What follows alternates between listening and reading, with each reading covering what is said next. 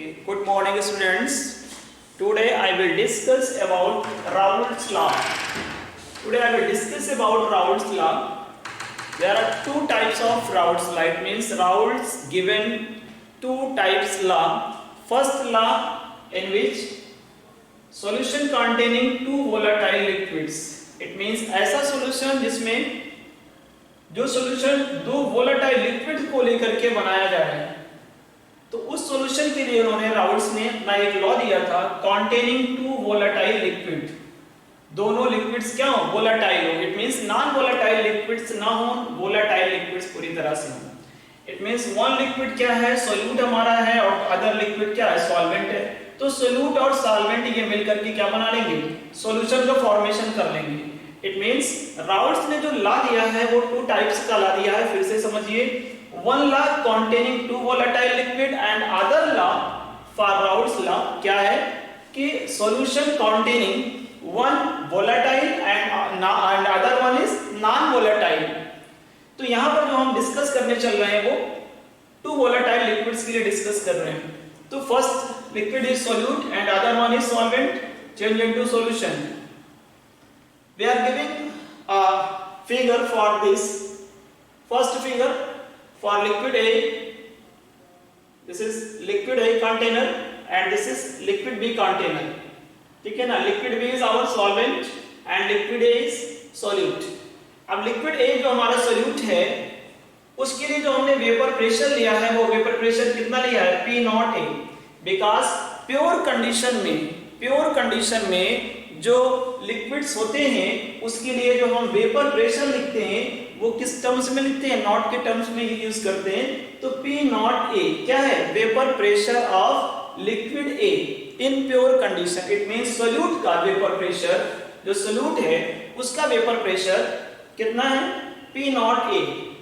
ठीक है ना। And other one is solvent जो कि हमारा B है, इसका वेपर प्रेशर कितना है, P नॉट B। क्योंकि अभी ये सॉल्वेंट और सोल्यूट दोनों सेपरेट हैं, मिक्स नहीं हुए हैं।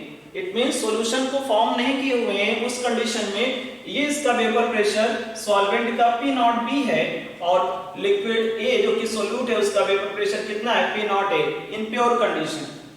Suppose that liquid A and liquid B को हमने क्या किया, ऐड कर दिया। लिक्विड A में लिक्विड B को ऐड कर दिया और एक क्या फॉर्म कर लिया, सॉल्यूशन तैयार कर लिया। ठीक है ना।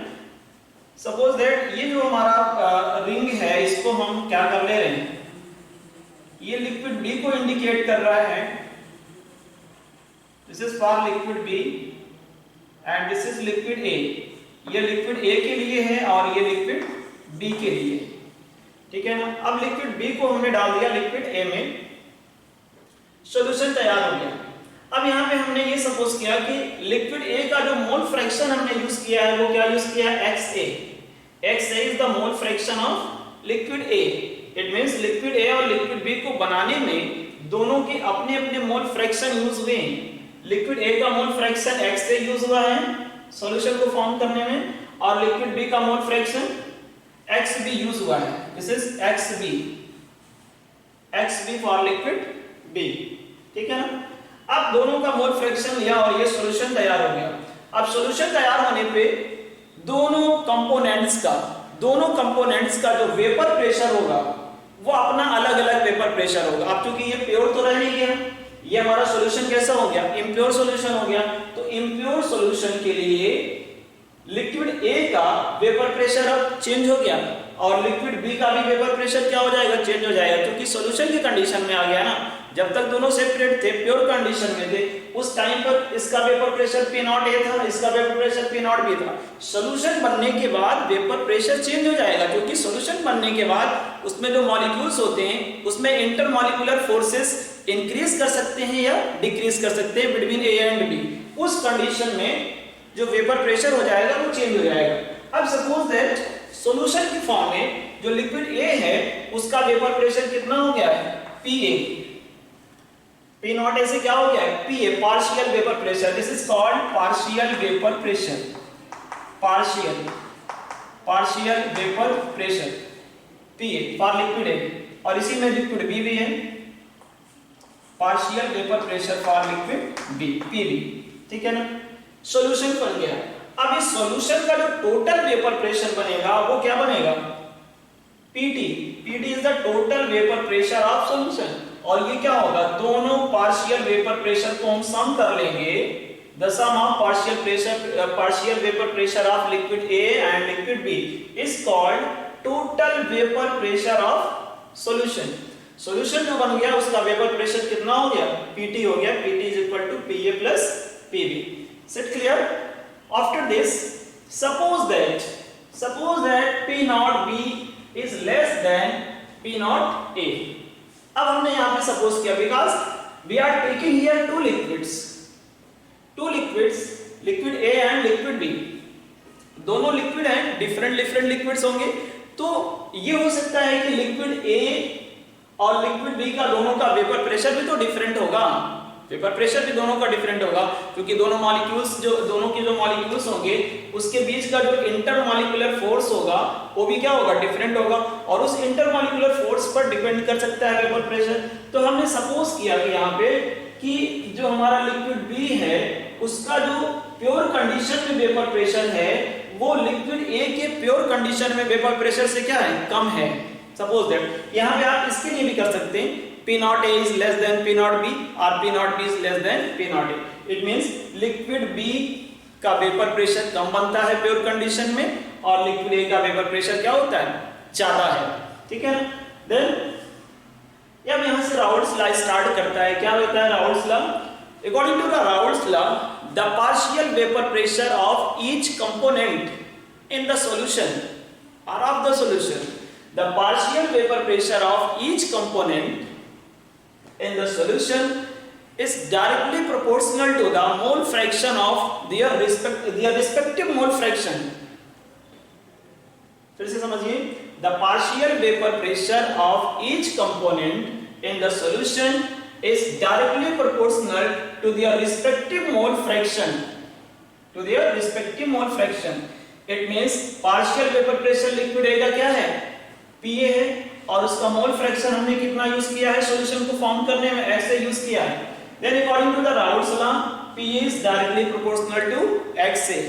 Is it clear? कोई प्रॉब्लम यहां तक? इट मींस मोल फ्रैक्शन पर डिपेंड करेगा,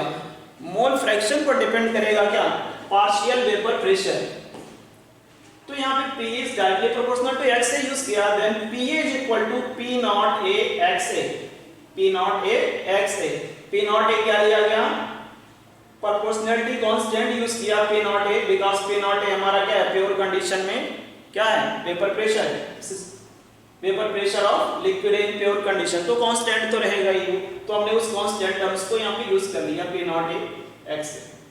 इन द सेम वे, इसी तरह से सिमिलरली हम आगे बढ़ते हैं।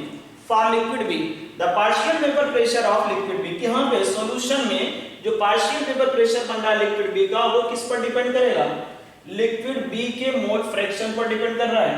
Pb is directly proportional to XB, then Pb is equal to P naught B XB हो जाएगा इसी तरह से P naught B XB। This is equation 3। Is it clear?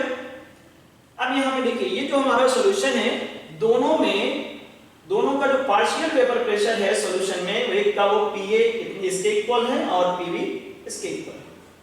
अब इस PA और PB की वैल्यू को अगर हम यहाँ पे यूज करें, सॉल्यूशन का वेपर प्रेशर देख रहे हैं Pt is equal to PA plus PB, putting the value of PA and PB in equation first। This is equation first। अब इक्वेशन फर्स्ट में PA और PB की वैल्यू को अगर रखते हैं, then we can find PT is equal to P naught A XA plus P naught B XB। Is it clear? यहाँ तो कोई प्रॉब्लम नहीं होनी चाहिए। PT is equal to P naught A XA plus P naught B XB, and we know that the mole fraction, the sum of mole fraction of two components is equal to unity। Unit equal होता है two components के mole fraction XA और XB का सम क्या होगा, 1 के equal होता है। Then XB is equal to 1 minus XA हो जाएगा।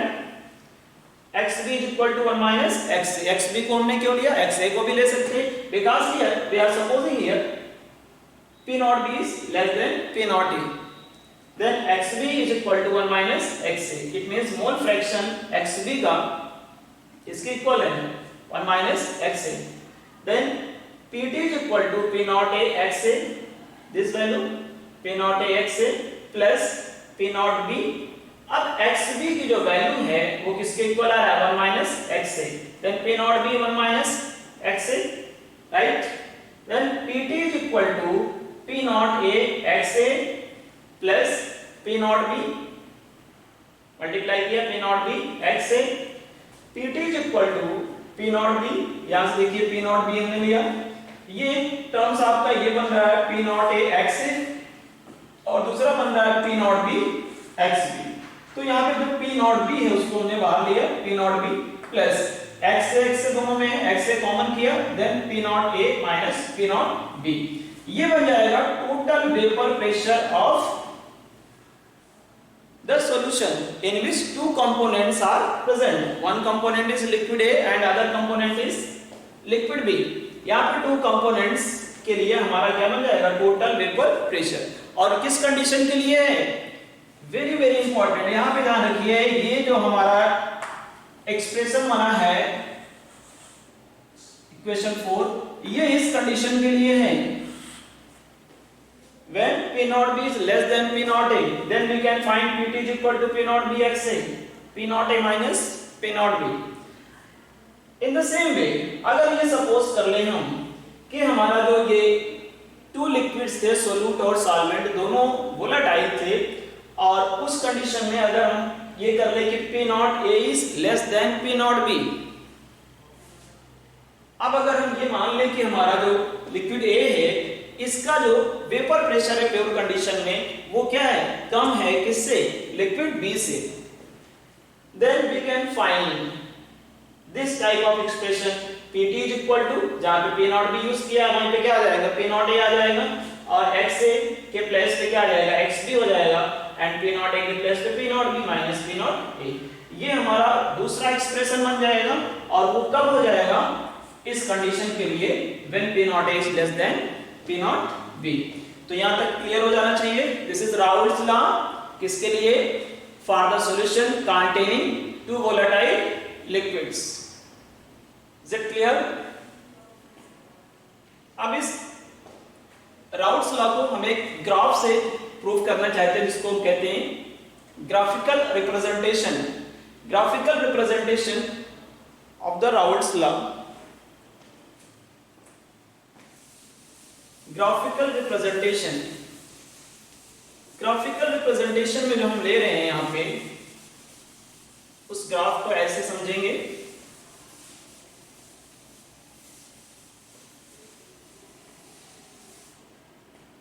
Okay, this is our graph for liquid A and liquid B.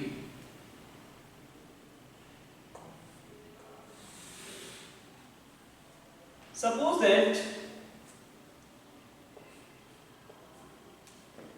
ये हमने इस एक्सिस पे यूज कर लिया मोल फ्रैक्शन, इस एक्सिस पे मोल फ्रैक्शन यूज कर लिया, और इस एक्सिस पे क्या यूज किया, vapour pressure. This axis for vapour pressure, यहाँ पे वेपर प्रेशर को यूज किया. अब जो है, चूंकि हमारे पास टू लिक्विड्स हैं, दोनों लिक्विड्स का वेपर प्रेशर डिफरेंट हो सकता है, और दोनों के मोल फ्रैक्शन डिफरेंट है. सपोज दैट इस ओरिजिन पॉइंट पर हम XA को क्या ले रहे हैं, XA is equal to 1. Suppose that mole fraction of liquid A, mole fraction of liquid A कितना है, 1 है. Mole fraction of liquid A 1 है, और यहां पर mole fraction of liquid A कितना है, 0 है. मोल फ्रैक्शन लिक्विड A का यहाँ पे 0 है, और यहाँ पे मोल फ्रैक्शन कितना है, X है.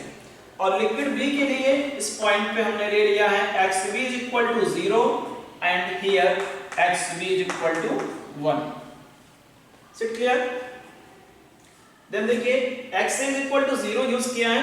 इट मींस अगर हम जो है mole fraction of liquid A का इंक्रीज कर रहे हैं, then the mole fraction is directly proportional to partial vapour pressure. It means ये हमारा जो है ग्राफ इस तरह से इंक्रीज करेगा, ये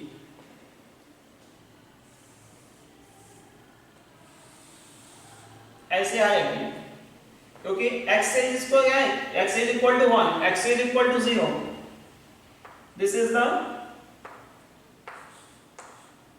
vapour pressure of liquid A in pure condition. It means when x is equal to 1 होगा, उस कंडीशन में वेपर प्रेशर कितना आएगा, P नॉट ए। अभी यहाँ पे सपोज कर लीजिए कि xb कितना लिया है हमने, 0 लिया है, तो xb के लिए वेपर प्रेशर नहीं, xa 1 है, तो यहाँ पे P नॉट ए इक्वल आ रहा है। अब अगर हम xb इज इक्वल टू 0 किए हैं और xb इज इक्वल टू कितना किए, 1 किए हैं, और उस कंडीशन के लिए हमारा वेपर प्रेशर जो बनेगा ये बन गया, xb इधर इंक्रीज कर रहा है, it means mole fraction of liquid भी कितना हो रहा है, 1 हो रहा है। तो इसी के अकॉर्डिंग जो है, क्योंकि वेपर प्रेशर किसके प्रोपोर्शनल चलता है, मोल फ्रैक्शन के प्रोपोर्शनल चलता है, देन xb 0 है, यहाँ पे xb कितना है, 1 है, xb 0 है, तो इसका मोल फ्रैक्शन अगर हमने 0 लिया है तो वेपर प्रेशर यहाँ पे कितना होगा, 0 होगा, लेकिन यहाँ पर कितना हो जाएगा, P नॉट b हो जाएगा, क्योंकि यहाँ पे हमने क्या यूज किया, xb is equal to 1। Okay, अब यहाँ पे देखिए लिक्विड ए और लिक्विड बी के लिए जो हम सॉल्यूशन तैयार कर रहे हैं, दोनों लिक्विड्स को ऐड करके जो सॉल्यूशन, इसको थोड़ा सा ऊपर लेते, because P naught B is less volatile, sorry, liquid B is less volatile than liquid A, liquid B is less volatile than liquid A. तो लिक्विड बी का जो पार्शियल वेपर प्रेशर है वो थोड़ा सा नीचे रहेगा, किससे, लिक्विड ए से, इसलिए लिक्विड ए वाले को हम थोड़ा सा ऊपर रखेंगे और लिक्विड बी के लिए थोड़ा सा वेपर प्रेशर कहाँ रखेंगे, नीचे रखेंगे। अब सॉल्यूशन को अगर हम देखते हैं तो सॉल्यूशन के लिए हम इसको क्या करते हैं, ऐड कर लेते हैं दोनों को, इस लाइन को एक दूसरे में मिला लिया। This is Pt is equal to Pa plus Pb, ये बनेगा। अब यहाँ पे देखिए x है, ये हमारा जो कर्व बना हुआ है ये वाला, ये Pb के लिए है, मतलब लिक्विड B के लिए है, और ये क्या है, लिक्विड A के लिए है। दिस इज फर्स्ट, आप कर सकते हैं कि ये हमारा Pa के लिए है, और ये वाला जो है वो सेकंड है, ये किसके लिए है, Pb के लिए, और ये वाला क्या है, सॉल्यूशन के लिए, जो कि कर्व थर्ड है। Is it clear? अब सपोज दैट हम लेते हैं यहां से Pa is equal to P naught A XA, इस एक्सप्रेशन को लेते हैं और इस एक्सप्रेशन पर अप्लाई करते हैं, कंडीशंस को अप्लाई करते हैं एक्सप्रेशन पर। Pa is equal to P naught A XA। अब अगर हमारा XA कितना है, 0 है, सपोज दैट XA हमारा जो सॉल्यूशन है, उस सॉल्यूशन में मोल फ्रैक्शन XA का अगर हम क्या मान लें, 0 मान लें, XA 0 हो जाएगा, देन Pa हमारा क्या हो जाएगा, देन Pa विल बी 0। अगर हमारा जो है ये मोल फ्रैक्शन ऑफ लिक्विड A कितना है, 0 है, उस कंडीशन में जो वेपर प्रेशर रहेगा वो कहाँ रहेगा, यहीं पे रहेगा। इट मींस वेपर प्रेशर ऊपर नहीं जाएगा, 0 कंडीशन में रहेगा वेपर प्रेशर। और अगर हमारा जो है ये इंक्रीज करता है, suppose that if x is equal to 0 and if x is equal to क्या है, 1 है, अगर हम इसको 1 सपोज कर लें, देन ये इक्वेशन क्या हो जाएगा, Pa is equal to P naught A, partial vapor pressure of liquid A will be equal to the vapor pressure of liquid A in pure condition. Pa is equal to P naught A. Okay? It means ये Pa किसकी equal हो जाएगा, P naught A की equal हो जाएगा। This is for Pb. In the same way, अगर हम इसको लेते हैं second expression, third expression Pb, तो Pb के लिए भी हमें सेम ग्राफ मिलेगा। For expression third, Pb is equal to P naught B, P naught B XB, and if XB is equal to 0, then PB is equal to P naught B हो जाएगा. Then PB is equal to P naught B. PB is equal to P naught B if XB is equal to 0. In the same way, and if XB is equal to 1, then PB is equal to P naught B. इसके equal हो जाएगा. तो this is the graphical representation which proves the Raoult's law. Raoult's law को पूरी तरह से ये proof करता है कि जो हमारा मोल फ्रैक्शन है वो mole fraction partial vapour pressure के क्या होता है, डायरेक्टली प्रोपोर्शनल होता है. डायरेक्टली प्रोपोर्शनल होता है. इस ग्राफ को फिर से समझ लीजिए बेटा. वेपर प्रेशर, ये एक्सिस वेपर प्रेशर के लिए है, बोथ साइड, इधर भी और इधर भी. और ये जो हमारे नीचे एक्सिस है ये मोल फ्रैक्शन के लिए है. इस एक्सिस पर हमने मोल फ्रैक्शन लिया तो हमने सपोज किया जो हमारा सॉल्यूशन है उसके अंदर जो हमारा लिक्विड A है उसका मोल फ्रैक्शन कितना है, 1 है यहाँ पर, और यहाँ पे मोल फ्रैक्शन कितना है, 0 है. और अगर हमारा मोल फ्रैक्शन 0 होगा तो उसका वेपर प्रेशर भी क्या होगा, 0 होगा. इट मींस यहाँ पे जो हमारा वेपर प्रेशर होगा वो 0 होगा. बट अगर हम XA से x इज इक्वल टू 1 की ओर इंक्रीज करेंगे तो देखिए ये वेपर प्रेशर भी क्या करेगा, इंक्रीज कर देगा. ठीक. इसी तरह से लिक्विड B के लिए अगर हम देखें तो लिक्विड B यहाँ पे क्या है, 0 है. Mole fraction of liquid B 0 है तो यहाँ पे PB भी क्या होगा, 0 होगा इस कंडीशन में. बट अगर हम XB 0 से क्या चले, XB 1 की ओर चले, मोल फ्रैक्शन कितना हो जा रहा है 1. तो ये देखिए ग्राफ, ये लाइन देखिए, स्ट्रेट लाइन बन रही है जो कि ओरिजिन से होके स्टार्ट हो रही है. ये कहां पे आ रही है, P नॉट B. अब यहाँ पे आप देख रहे हैं कि P नॉट A का जो वेपर प्रेशर है, P naught A vapour pressure of liquid A is higher than vapour pressure of liquid B, P naught B. Simple सा है कि यहाँ पर आपका P naught B is less than P naught A. You can say that liquid A is less volatile than liquid B. तो इस तरह से हमें मिलेगा. और अगर इस लाइन को एक दूसरे में मिलाते हैं, सॉल्यूशन को तैयार करते हैं, दोनों लिक्विड A और लिक्विड A के मोल फ्रैक्शंस को, वेपर प्रेशर को लेते हुए सॉल्यूशन तैयार करते हैं, तो हमें क्या मिलेगा, PT is equal to PA plus PB. Clear? Okay. So this is Raoult's law containing two volatile liquids. So it is very important for you. ये graphical representation है, इसके अकॉर्डिंग आप दिखा सकते हैं कैसे बनेगा. और this is your mathematical expression, right? After this, we can start Raoult's law containing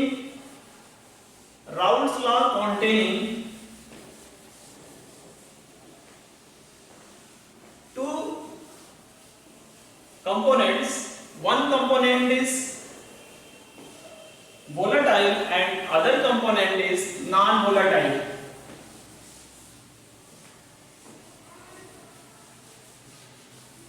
अब यहां से देखिए हम स्टार्ट करने चल रहे हैं राउल्ट्स लॉ का second case. What is second case of Raoult's law? The second case of Raoult's law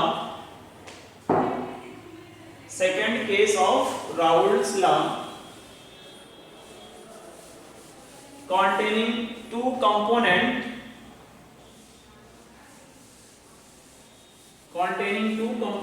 Raoult's law.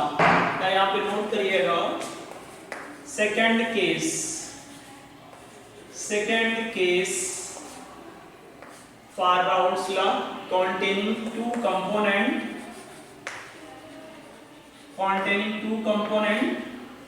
One component is solute which is non-volatile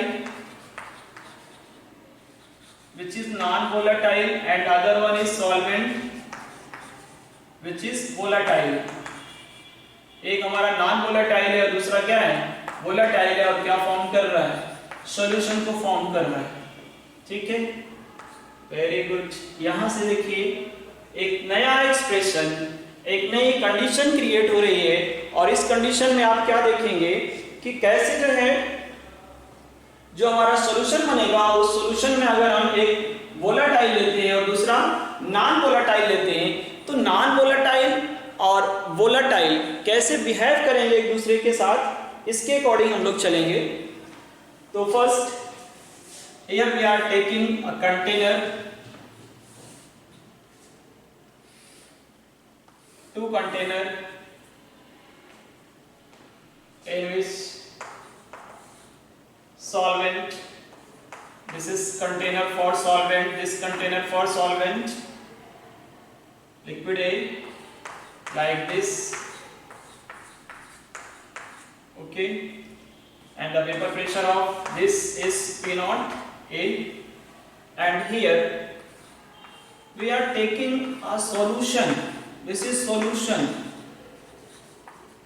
This is solution in which two components are present. One component is volatile and other component is non-volatile. It means जो हम solution तैयार कर रहे हैं उस solution में two components हैं। Solvent तो हमारा ये है A में हमने क्या ऐड कर दिया है, कोई सोल्यूट ऐड कर दिया है। वो सोल्यूट कैसा है, नॉन वोलेटाइल है, इसमें नॉन वोलेटाइल सोल्यूट ऐड कर दिया है, non volatile. This is solvent, this ring for solvent and this dark ring indicates for solute which is non volatile, which is non volatile solute के लिए। Okay, अब यहाँ पे जो नॉन वोलेटाइल है, non volatile does not form vapour pressure, is very very important, remember it always. Non volatile component does not form vapour pressure. Then here if the two components are present in this solution, then the partial vapor pressure of liquid A will be PA. Partial vapor pressure of liquid A will be PA. Then we can see that here एक नई चीज क्या create कर रही है, vapor pressure of the solution is lower than the vapor pressure of solvent.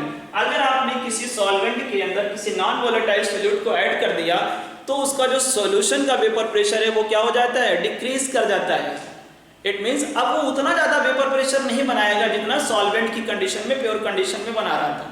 और अगर वो प्योर कंडीशन में जो वेपर प्रेशर बना रहा था, सोल्यूट नॉन वोलेटाइल ऐड करने के बाद वेपर प्रेशर में डिक्रीजमेंट हो जा रहा है, डिक्रीज हो रहा है वेपर प्रेशर, तो उसको क्या कहते हैं, lowering in vapour pressure. It means solution condition में वेपर प्रेशर में क्या हो जाएगा, कमी हो जाएगी, इसको कहेंगे lowering in vapour pressure, lowering in vapour pressure, lowering in vapour pressure, right.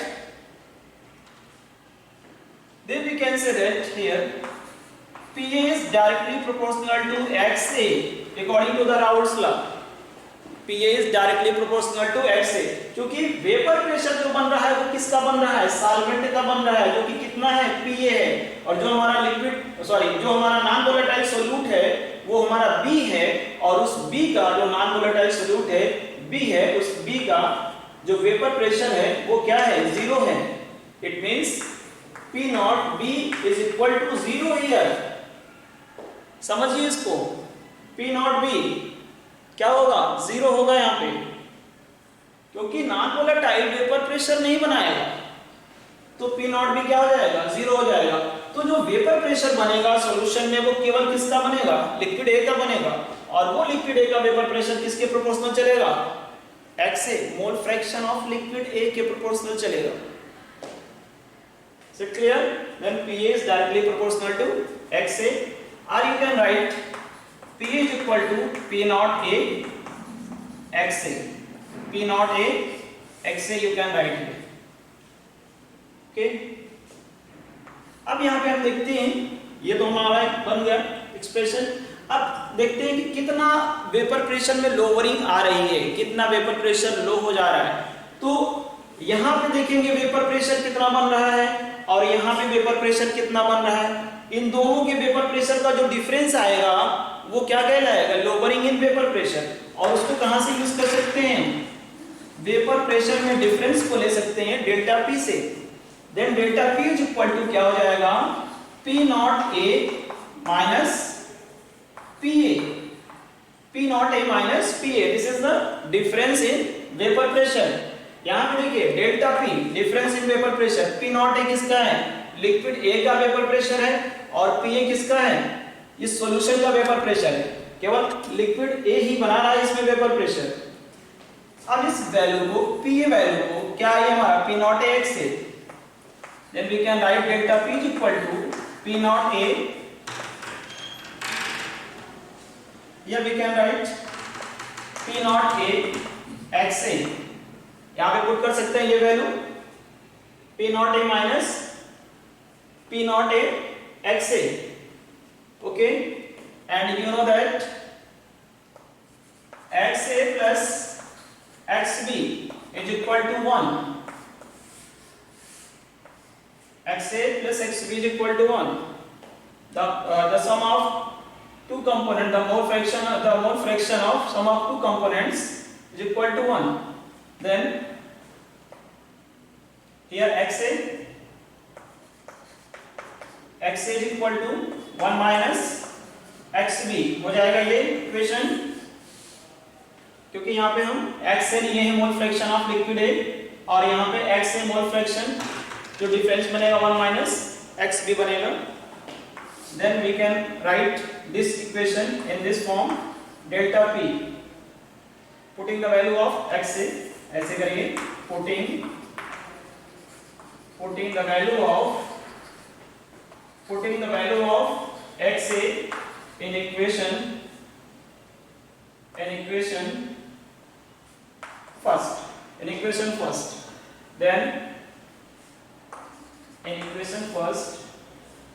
then delta p is equal to p naught a minus p naught a, x की वैल्यू क्या रख रहे हैं, 1 माइनस xb, 1 माइनस xb, ये value को यहाँ पे put कर लेंगे, p naught a minus p naught a 1 minus xb, okay. 1 minus x से p naught a,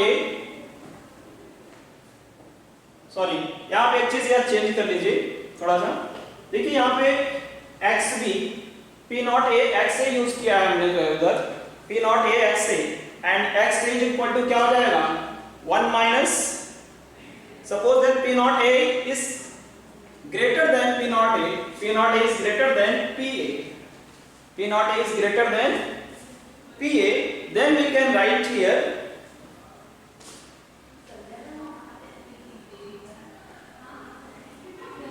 x से 1 माइनस xb यहाँ पे, okay. And delta p is equal to 1 minus xb, p not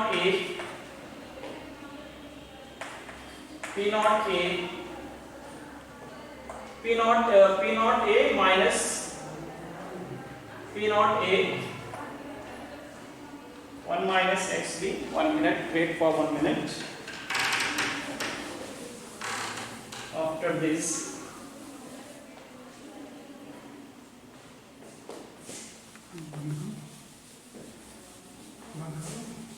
यहाँ थोड़ा सा ब्रेक करिए।